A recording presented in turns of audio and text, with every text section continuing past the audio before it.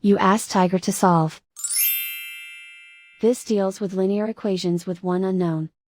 The final result is x equals -80. Let's solve it step by step. Simplify the expression.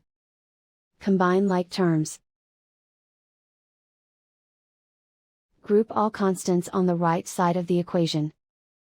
Add 80 to both sides.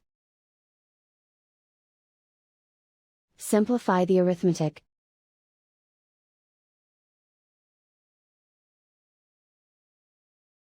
Convert the x into a positive number. Multiply both sides by -1.